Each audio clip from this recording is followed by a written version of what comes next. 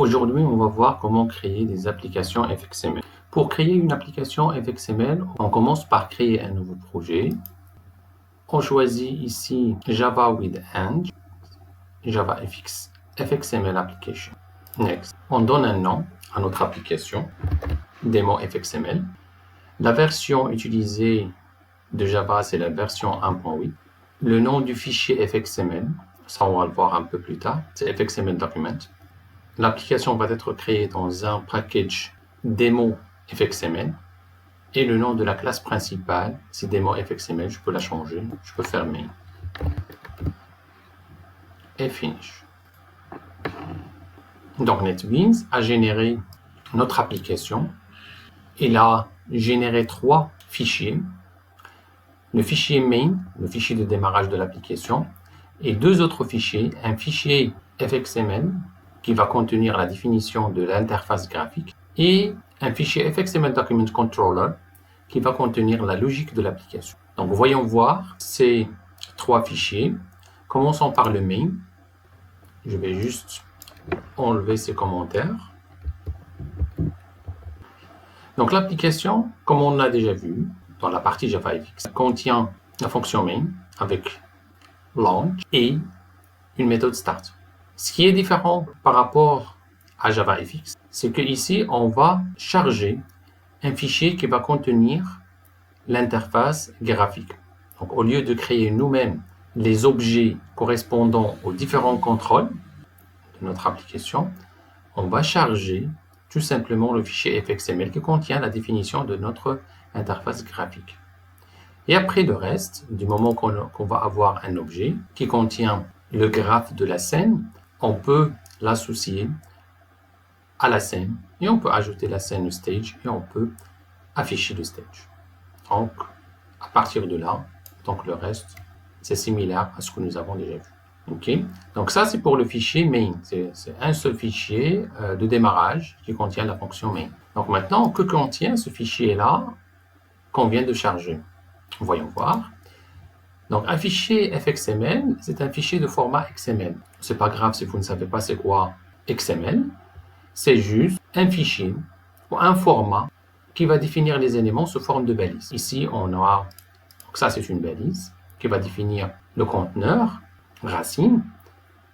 Et là, c'est une autre balise qui va définir les fils ou les éléments qu'on va créer à l'intérieur de ce conteneur, qui sont encore une fois une balise bouton et une autre balise pour une étiquette.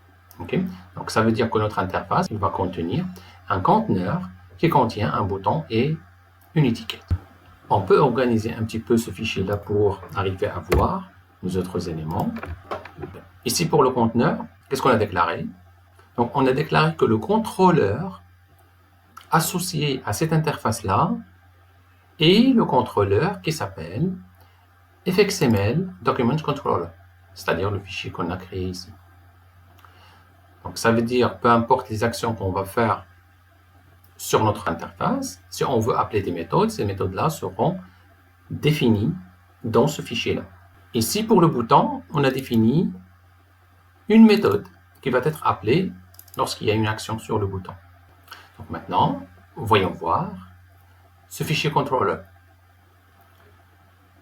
De la même façon, on va enlever ces commentaires. Donc, comme vous voyez ici, le contrôleur contient la méthode qu'on vient de définir. Donc, cette méthode-là, c'est la méthode qu'on a définie ici. Et là, il y a une autre méthode, initialize, qu'on peut exécuter une fois le document .xml est chargé. Si on essaie d'exécuter cette application-là, bien sûr, on va l'exécuter à partir de là du fichier main, run. Donc, on va voir que effectivement, il y a 2 contrôles. Un contrôle qu'on peut voir, c'est le bouton, et un autre contrôle qu'on ne peut pas voir pour l'instant parce qu'il ne contient aucun texte. Donc, si je clique ici, normalement, je dois avoir You Clicked Me et le label, l'étiquette, va recevoir normalement le texte Hello World. Donc, Hello World, il est bien là. Et Euclid Me, il est là. Ok, donc ça marche. Je peux continuer à chaque fois que je clique. Cette méthode-là va être exécutée. Ok.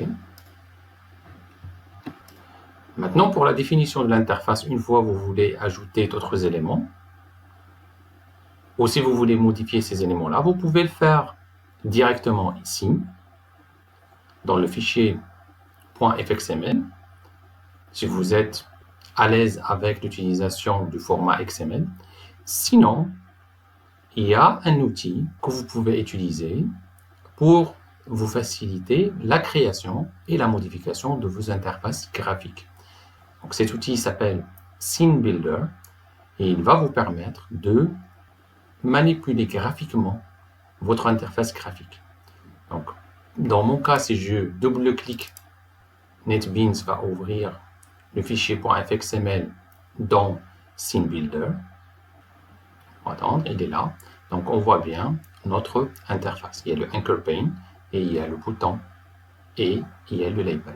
Donc, cela ne se fait pas automatiquement. Si vous voulez que les fichiers .fxml s'ouvrent avec Scene Builder, il faut deux choses. Premièrement, installer Scene Builder et deux, indiquer à NetBeans où se trouve le répertoire d'installation de Scene Builder. Donc, pour l'installation, vous avez sur le site le lien qui va vous permettre de télécharger et d'installer Scene Builder. Une fois c'est installé, vous allez dans NetBeans, dans Tools, Options, et dans Java, vous allez trouver JavaFX. Et là, il faut spécifier le chemin de Scene Builder.